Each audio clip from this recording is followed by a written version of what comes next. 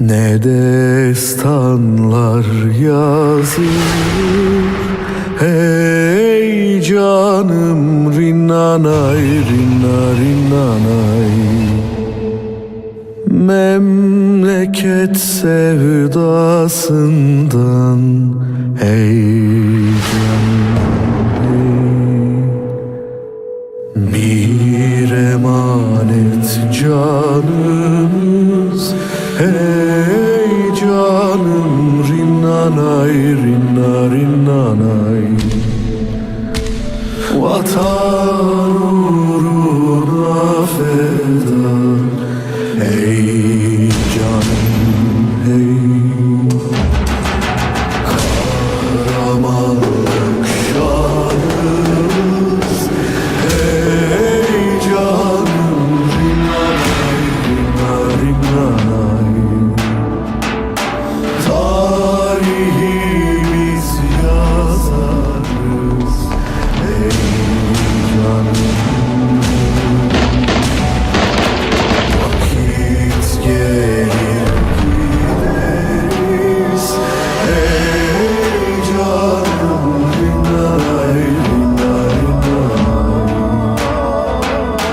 Dualarla yaşarız hey canım hey. Başaramayacaksın, başaramayacaksın. Milletimizi bölemeyeceksiniz. Bayrağımızı indiremeyeceksiniz. Ezanlarımızı susturamayacaksınız. Bu ülkeye diz çöktüremeyeceksiniz.